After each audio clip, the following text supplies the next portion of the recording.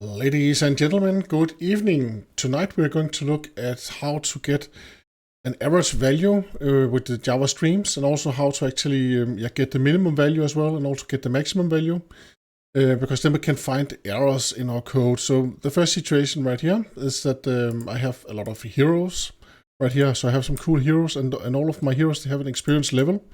And I want to calculate the average. Of course, it's easy to do this by hand, the old slow way, where we calculate the sum like this with an old-fashioned for loop. And then we can then divide with the number of elements in the heroes list right here, and then we get some value out. Let me just show all of my heroes right here. I have some heroes which has some fields named name, alias, experience level, and a lot of other fields also. What we are interested in right now is the experience level, which is between 0 and 1000. Experience level right here. So there's a much better way, because let's say that, first of all, let us run this test. We'll see what happens here. So now I'm asserting that my experience level is close to 700, and I will get an error right here. And let us look at the error that I'm getting.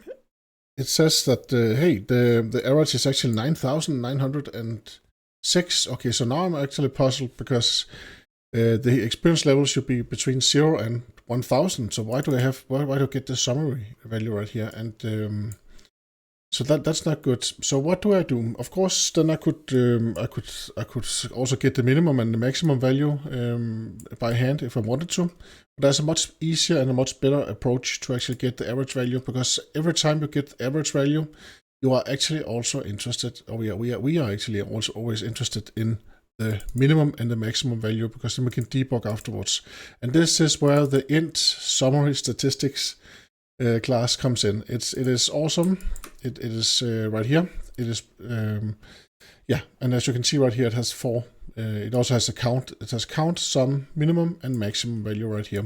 And the cool thing is that we can use some cool stream functions, right? There's a collector for it. So that means that we can create a stream from our heroes list, and then we can say, hey, collect all of the data, and just give us summarize it for us, and then we will get this summary statistics back. Of course, we have to tell the stream, the collector, which field that we're interested in, and in this situation, this is the get experience level that we're interested in. And this is, if you don't know it, this is a method reference. That is another way of expressing a lambda.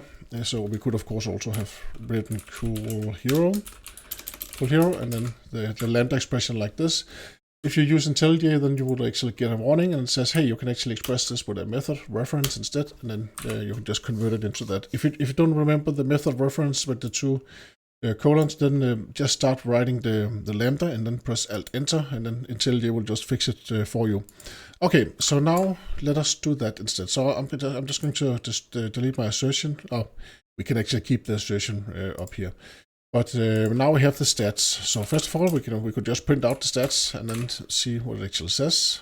So that is one approach. So then we will get something like this that we see now. Then we get a count, 27, a sum, we get the minimum value, and we get the average and the maximum value. And here we actually see two problems. The minimum value is minus 305, and the maximum value is 255,000.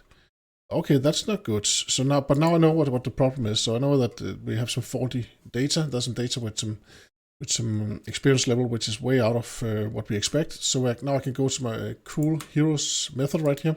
Then I can search for the minimum value, and here I can find out that someone actually accidentally wrote a minus in front of the 305 right here. That was one error, and then we had the other error that was 255,000. Let us just search for that. Okay, that's also another error. The Lumen Ranger does not have that high a level. Someone actually someone fell asleep on a keyboard, and then the point nose hit the 0 button 3 times. So now we have also fixed that. So now I can go back to my average test, and of course I can run the traditional test also, but I can also just run my assertions on the IntSummaryStatistics instead. So now I can say assert that, and again we're using, of course we are using assertions, assert that. We are using assert J, of course, because it's much easier to read. stats.get minimum, and then we can say we can start with something that we know is true. It should be greater than 0, so that is one thing right here. Then I can duplicate the line, Control D, get maximum, and then I can say that is less than or equal to, and then 1000. So that was the other rule that I put up just before, and then we can see if everything is okay right there.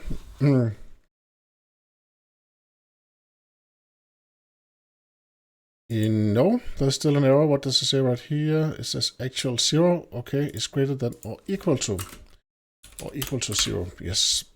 Let us run again. Control Shift F10 runs the last thing that you just ran, or Shift F10 runs whatever your cursor is on right now. So I'll assert that my average, so now I'll assert something with average, is close to. This is a cool assert J function that we have right here, is close to. And then we can say how close it should be to 700. I'm not sure that it's 700 actually, so it might be another number, but it doesn't matter. This is just for demo purposes. So let's see right here. The expected actual is actually 494, so we could say 500 or something like that. And then we can say within 10.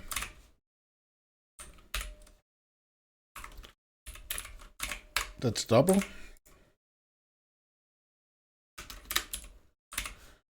And then I press Control Shift F10.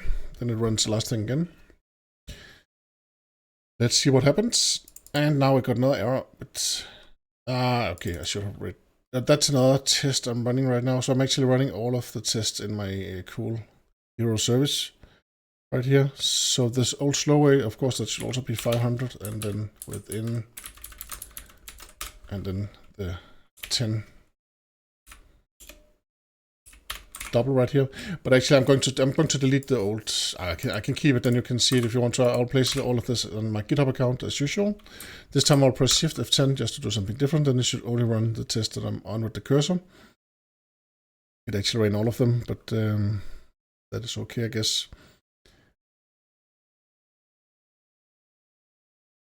Okay. Actually, it runs the whole class actually with Shift F10. I would have expected Control Shift F10. Okay, Control Shift F10. Then it runs what the cursor's on right now, and Shift F10 then it runs the whole class. But that's fine. But that's actually what I wanted to show you right now.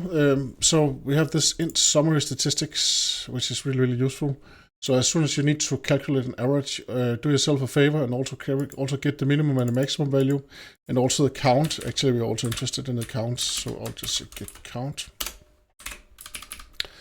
And then we will say is, we actually don't know the value, so it's greater than or equal to, we actually know it. It was 27, I think.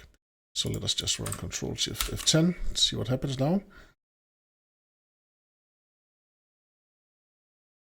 And average test, yes. It is 27, so our test is still green. This is quite cool. IntSummaryStatistics right here. And we have the Java doc right here, which we can just look at right here. So we have the, starts out with the minimum value, integer minimum value that is minus a big number, and then the integer maximum value that is a large number. And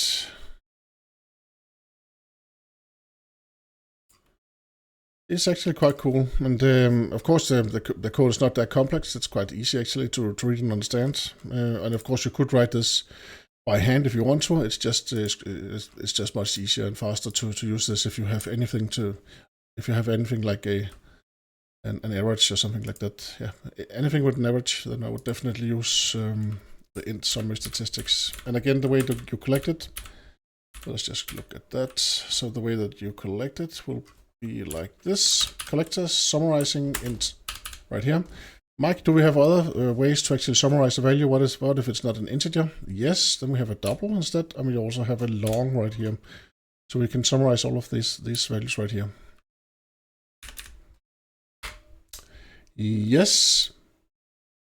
Another thing that we could actually do is that if we want to test our heroes a little bit, then we can call heroes, and we can call assert that heroes. Assert here, it has some really cool list test, so we can say that it is all satisfy. All satisfy. That means that each element should actually follow these rules right here, and then we can say that. Then we can actually do some assertions. We can say assert that not all matched. It was all satisfied. I don't know why I changed that. Assert that hero. Assert that hero has no null fields or properties. This one is awesome, and it's also, I'll make another video on that because it's actually quite cool. So that means that right now we go through each element, and then we actually check that none of the heroes have any null values in them, and that means that if one of the heroes, let's say that the alias right here is null for Nova Blaze, then I will just. Then we will get exactly the element where we have the problem, where we have a field that is actually null.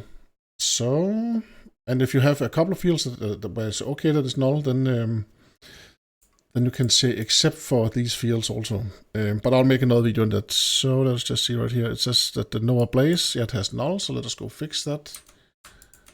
Back and fix it. So we'll say Nova Blaze right here. We'll say undo. Solar Phoenix. It is some dummy data that I used AI to generate for me. Yeah, it's really good to generate dummy data. So let us go down here. And then it says that alias is null. Okay, so that means that we have another alias that has been set to null. It's right here. So we'll write something right here. Doesn't matter what the value is. We'll just fix the test. And then we run again. Control Shift F10. Sorry. Shift F10. Yes. So now the test is green. I can commit my code, and we're all happy. Thank you very much for watching, and thank you very much for all of your comments, and hope to see you again soon. Bye-bye.